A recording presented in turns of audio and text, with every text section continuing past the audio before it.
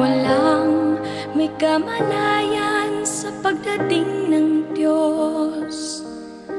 Walang sumalubong sa pagdating niya. Higit pa walang may alam sa gagawin ng Diyos. Walang may alam ng gagawin niya. Buhay ng tao'y sadyang hindi nagbabago. Kasama natin ang Diyos, gayang karaniwang tao. Bilang pinakahamak sa lahat ng tagasunod, bilang karaniwang mananalig. May sarili siyang hangarin at layunin. May pagka-Diyos siyang di taglay ng tao. Walang nakabati ng kaniyang pagka-Diyos o ang kaibahang kaniyang diwa sa tao. Kasama natin siya sa pamumuhay. Walang takot at malaya.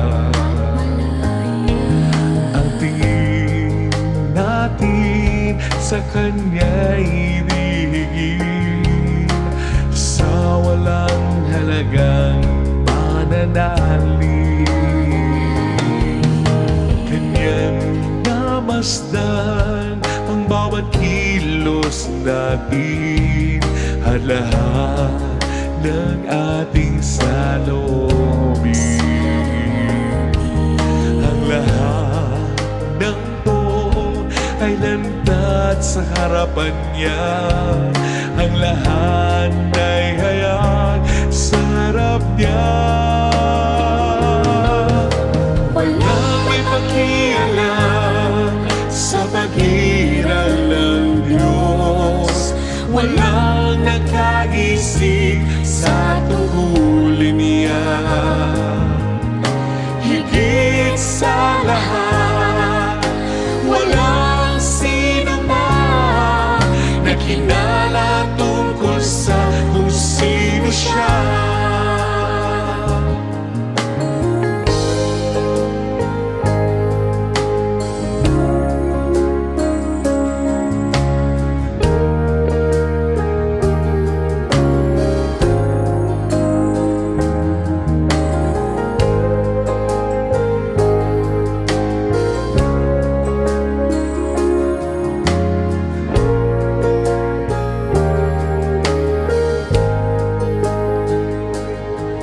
Nagpatuloy lamang tayo sa mga gawain natin na tila walang kaugnayan ng Diyos sa atin.